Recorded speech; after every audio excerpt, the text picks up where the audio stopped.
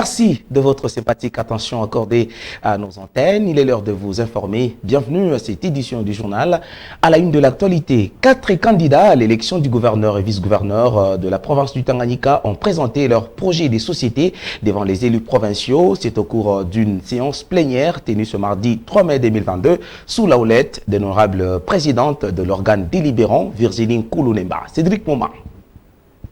Pour cette deuxième journée des activités des campagnes sur l'élection du gouverneur et vice-gouverneur du Tanganyika, 4 candidats ont procédé tour à tour à la présentation de leur projet des sociétés devant les élus provinciaux de l'organe délibérant ce mardi 3 mai 2022 et ce au cours d'une séance plénière tenue sous la houlette de l'honorable présidente de l'Assemblée provinciale, Nkulu-Nemba Virginie. En lice, c'est M. Kaozi Lenga Élysée qui a démontré devant l'assistance l'essentiel de son discours programme, de ce qu'il veut faire pour les Tanganikais en général. En mettant un accent particulier sur les cultures saisonnières rapides pour la consommation locale et le voisinage à la portée immédiate des populations lesquelles à regrouper en coopératives structurelles pour une bonne planification de la promotion des activités agro-pastorales. 2. Mise en place des subventions qui seront définies par le ministère de tutelle, l'Assemblée provinciale. 3. Développer les infrastructures essentielles de base dans le but principal de favoriser l'évacuation des productions vers les centres de consommation. Puis ça sera le tour de M. Alex Kabindangoy de présenter son projet de société qui a touché toutes les réalités en rapport avec le vécu quotidien de la pauvre population du Tanganyika qui en reconnaît en lui, selon les avis des uns et des autres, les havres du développement. Notre projet de société est un projet que nous avons pensé dans la droite ligne des objectifs durables et du plan national de stratégie de développement. Pourquoi? Parce que nous avons voulu nous placer dans l'angle de la pensée de notre président de la République qui parle du peuple d'abord. Pour Madame Julie Ngungwa Mayuma, c'est l'amour et la passion qui lui donnent le courage de gérer cette province à multiples potentialités. Son programme discours s'est également apaisanti sur les difficultés et mauvaises conditions de la vie sociale de la population du Tanganyika dans son ensemble.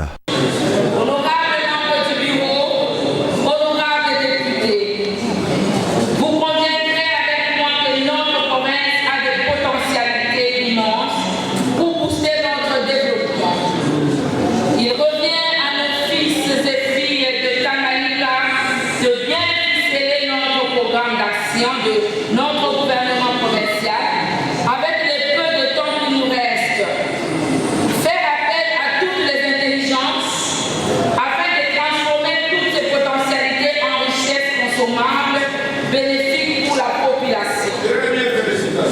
Ensuite, ce fut la présentation de M. Richard Ngoïki Tangala, ancien gouverneur de la province du Tanganyika, qui a estimé qu'il n'y avait pas lieu de faire un discours programme, mais plutôt donner un programme intérimaire pouvant aider à l'achèvement de projets pour les développements du Tanganyika.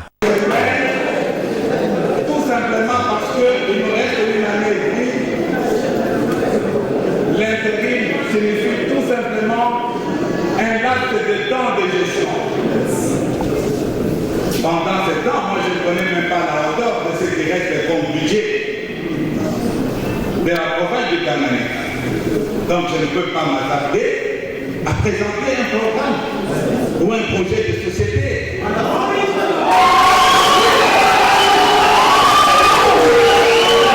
C'est par cette dernière prestation effectuée par Richard Ngoïki Tangala devant les élus provinciaux que le bureau de l'Assemblée provinciale du Tanganyika a déclaré la séance de ce jour suspendue.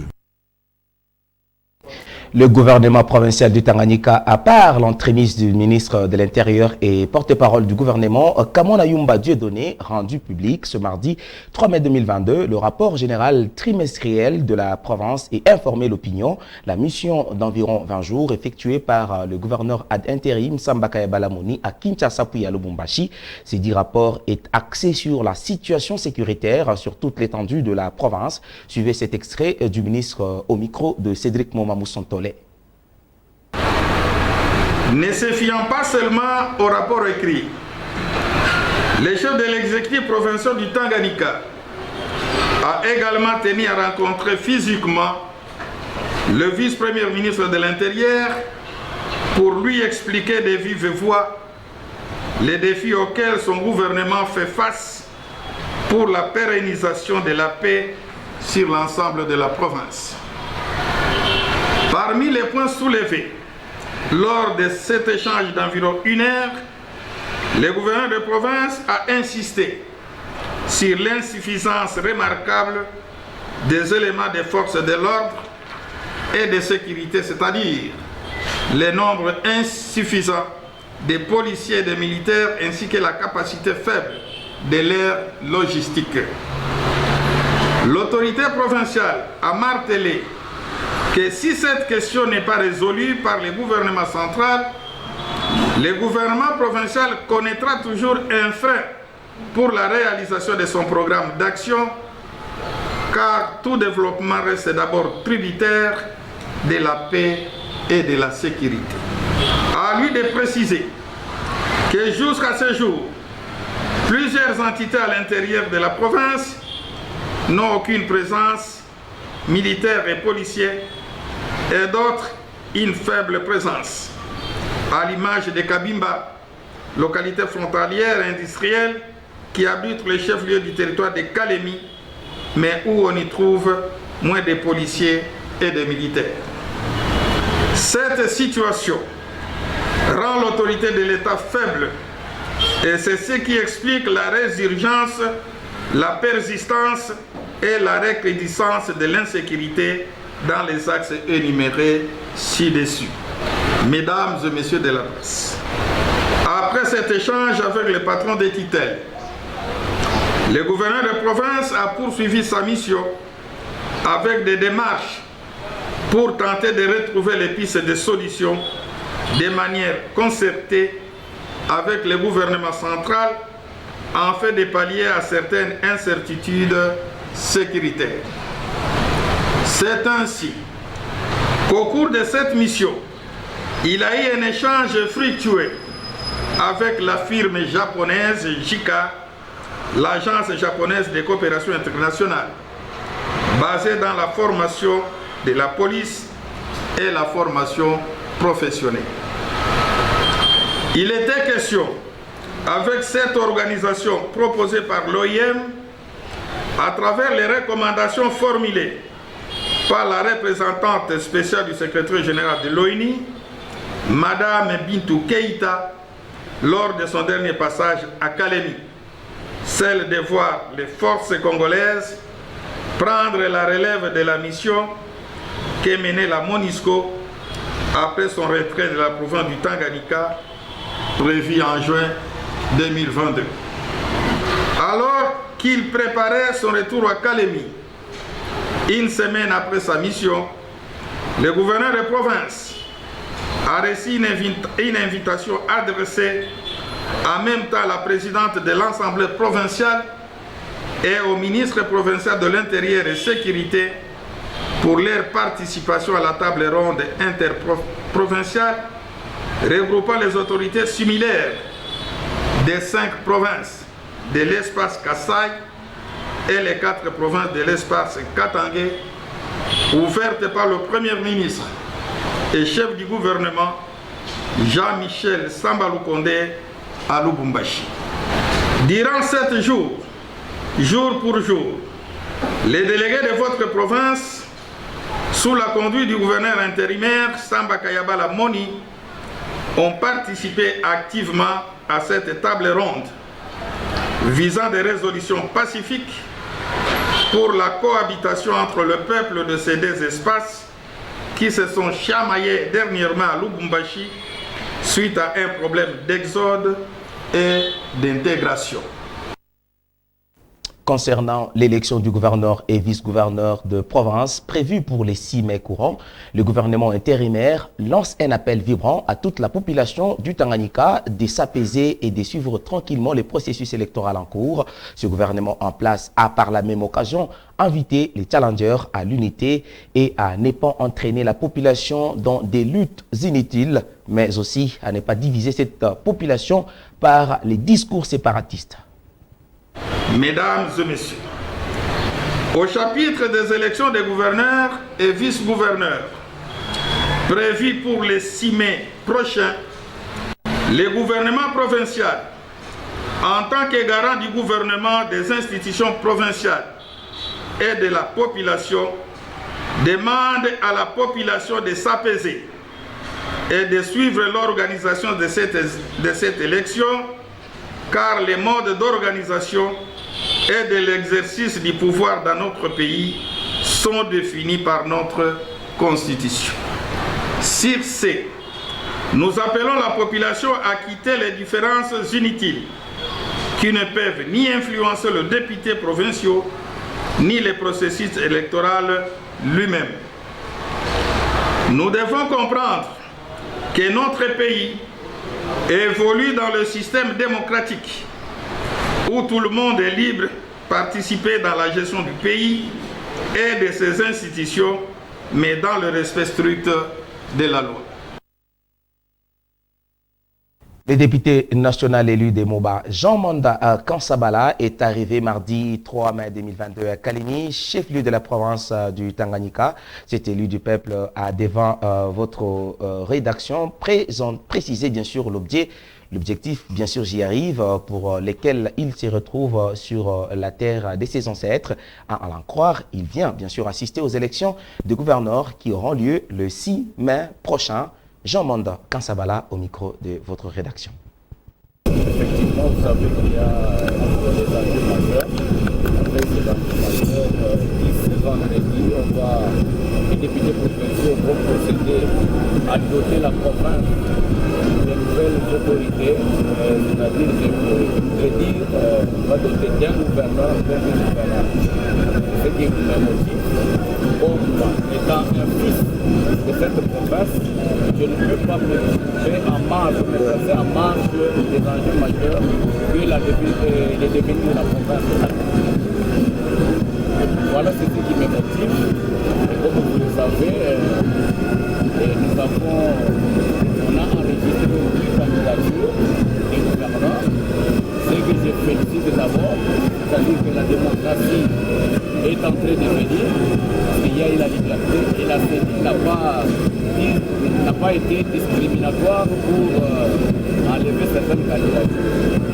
Et tous les candidats, je crois, ils ont déjà commencé à procéder à leur campagne pour expliquer ce qu'ils veulent de cette province, pourquoi ils ont été motivés de postuler, et est-ce que c'est pour l'intérêt des individus, l'intérêt individuel, ou bien c'est pour l'intérêt des fils de cette province. Tout ça, on va les savoir à travers leur programme. Et aussi, ce que j'ai apprécié que la démocratie est là, vous allez trouver que du côté de l'Union sacrée, il y a eu beaucoup de candidats. Même s'ils se présentent en indépendant, vous allez constater qu'il y a même ceux qui travaillent, qui sont soutenus par ceux qui travaillent auprès du chef de l'État. Ils sont venus nombreux, ils ont postulé. C'est une bonne chose. Voilà un peu ce qui m'a motivé de venir rapidement assister à ces enjeux majeurs pour le devenir de notre province. En tout cas, il n'y a personne qui m'a envoyé, je suis venu de moi-même. Vous n'allez pas me voir avec un ordre de mission comme on venait de l'Union sacrée. L'Union sacrée ne m'a pas chargé pour venir soutenir un candidat ou un autre. Non, je ne suis pas envoyé. Je suis venu de moi-même parce que je suis un grand responsable et la province ne peut pas. Les enjeux, les grands enjeux professionnels ne peuvent pas se passer en marge de nous. Nous devons participer à l'avenir de ces enjeux majeurs. Les ordures jetées au bord du nouveau et ancien pont Lukuga et au bord de la rivière Lukuga ternissent l'image de la ville de Kalemi. Les habitants lancent un appel vibrant aux autorités politico-administratives de pouvoir bien sûr résoudre l'image et également redorer l'image de ces deux ponts car cette situation risque de provoquer des maladies d'origine hydrique. Samuel Mwamba. L'état actuel du nouveau pont Lukuga ne reflète pas une bonne image de la ville de Kalemi. Cette place publique est transformée en lieu de décharge publique composée, comme l'on peut le voir, des déchets d'origine ménagère. L'on constate également des herbes poussées aux alentours de ces deux ponts. Il s'agit là du nouveau et ancien pont qui, malgré lui, est abandonné à son triste sort. Au vu et au su des autorités provinciales, cet tas des ordures dégage des mauvaises odeurs qui, au fil du temps, risquent de provoquer des maladies d'origine hydrique aux passagers, voire à la population des Kalemi, car ces ordures sont même jetées au bord de la rivière Lukuga. Un appel alarmant est lancé aux autorités politico-administratives de pouvoir redorer l'image de ces ponts, car cet édifice est l'une des merveilles que compte la province du Tanganyika.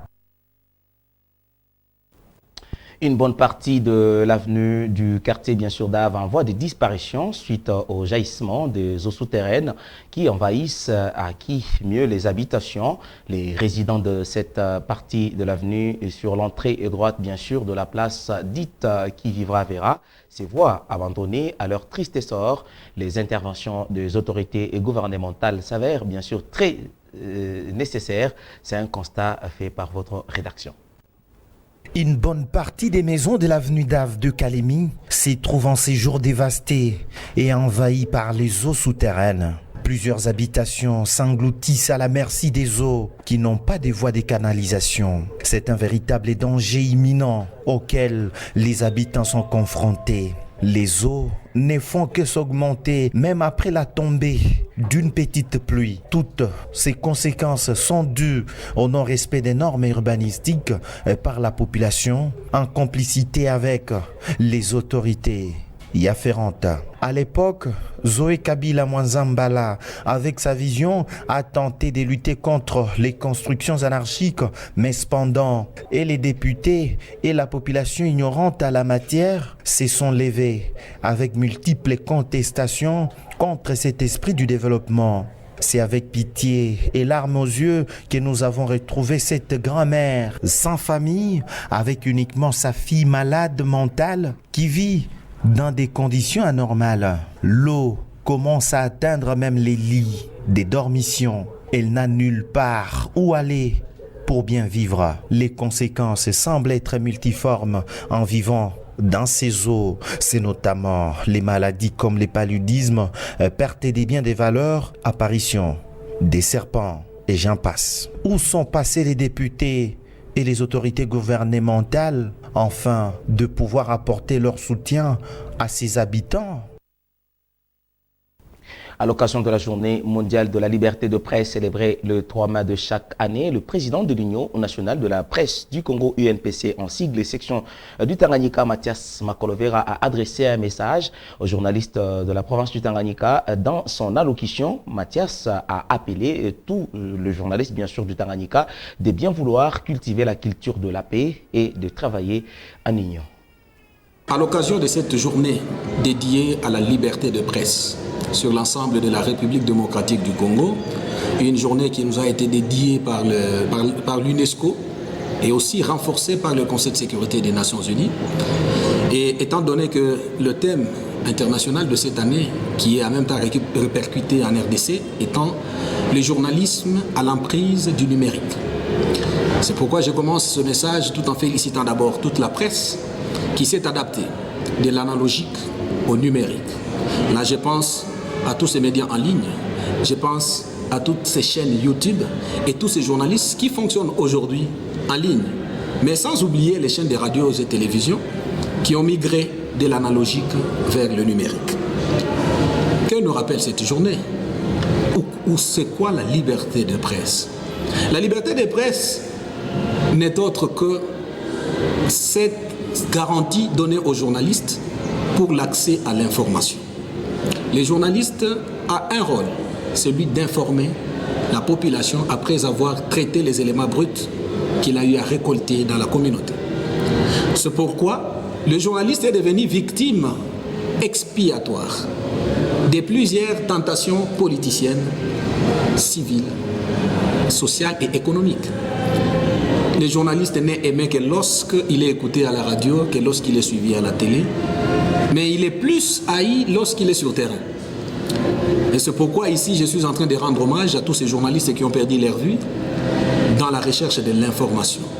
Tous ces journalistes qui ont perdu leur réputation dans la recherche et le traitement de l'information.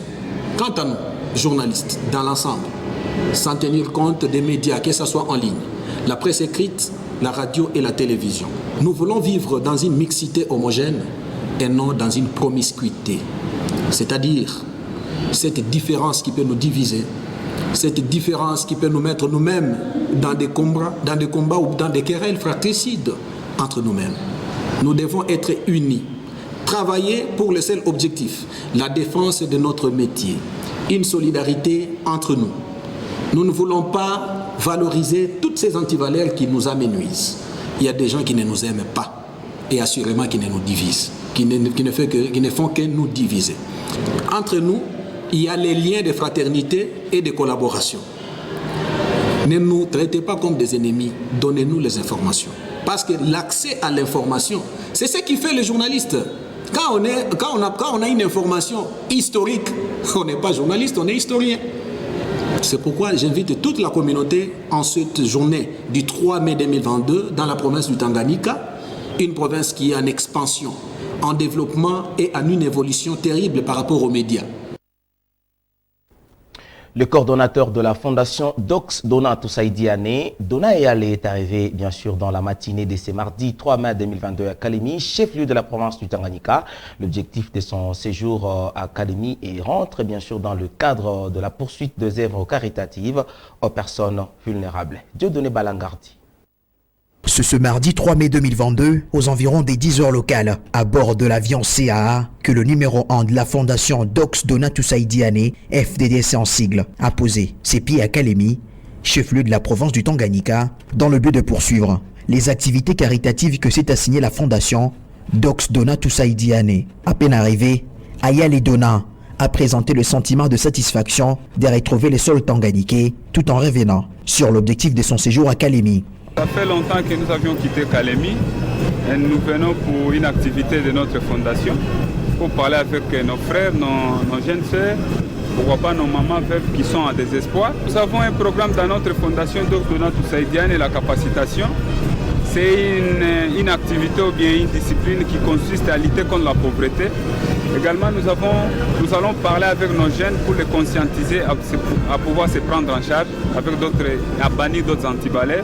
Voilà l'année de notre arrivée. Donc on se prépare déjà pour cette activité-là avec la famille. Et Longo Cicéron, président provincial de la fondation Dox Dona Toussaïdiane, revient ici sur la série d'activités qui seront menées par la fondation. Nous avons plusieurs activités, entre autres, il faut souligner l'assistance du point de vue capacitation financière, parce qu'il y a des mamans qu'on va assister, on va leur apporter une petite somme d'argent pour essayer quand même de relever leur économie. Et non seulement ça, il y a des mamans qui sont dans des centres hospitaliers. Il fallait aussi les assister parce que la fois passée, on avait assisté plusieurs mamans qui étaient dans cette difficulté de payer les frais liés à leur prise en charge hospitalière. Alors, la fondation Dox Dona Toussaïdiane est appelée à assister une genre de population en souffrance. Les débuts de ces activités caritatives, il faut le dire, est prévu pour le 17 mai prochain. Et pour terminer, les médias et journaux au Quinois parus ce matin dans la ville capitale, bien sûr, Kinshasa, se sont intéressés sur la clôture des débats de la loi électorale. Place à présent à la revue de presse.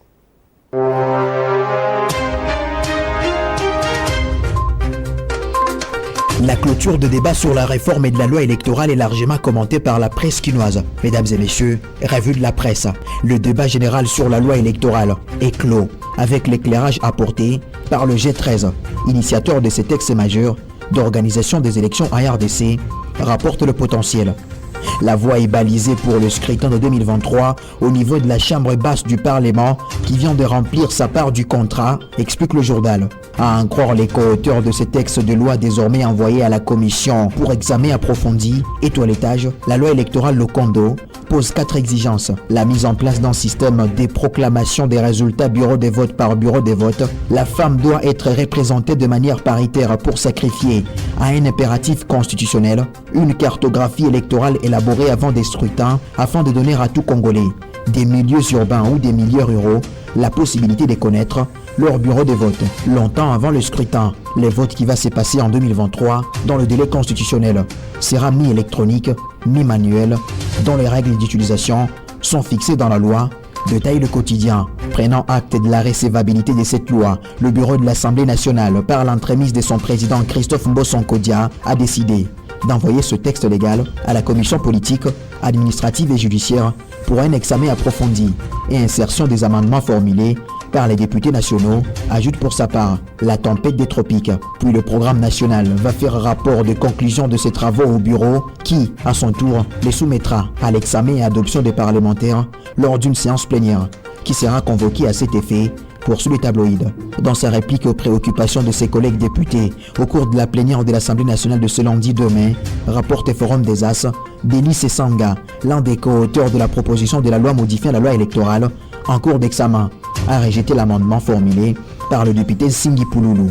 La question de l'existence des Congolais des pères et des mères est hors du périmètre de la présente réforme. La proposition de Singi Pouloulou se heurte à notre constitution, a argumenté Denis Sessanga dans le propos repris par le journal.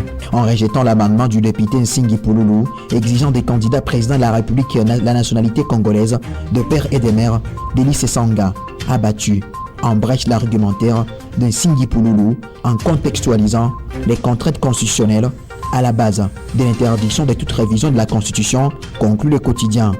Dans le même ordre d'idées, le journal titre « De pères et des mères, un dangereux risque de balkanisation ». Selon le quotidien, penser s'acharner à cibler Moïse Katumbi uniquement est une grossièreté politique qui fera inévitablement retomber la nation dans les tensions politico-militaires alors que plusieurs territoires du Nord Kivu, des Lituri, du Sud Kivu vivent en guerre permanente pour le même va-et-été. C'est tout pour la revue de presse. Merci pour votre sympathique attention. Et voilà, nous sommes arrivés à la fin de ce journal. Merci à vous de nous avoir suivis. Suivez-nous encore sur la page YouTube RTGT Kalemi et merci à Ramazani Massoudi qui a été à ses réalisations et toute l'équipe rédactionnelle. Restez pour la suite de nos programmes. Moi, je vous retrouve pour une nouvelle édition. À très bientôt. Merci.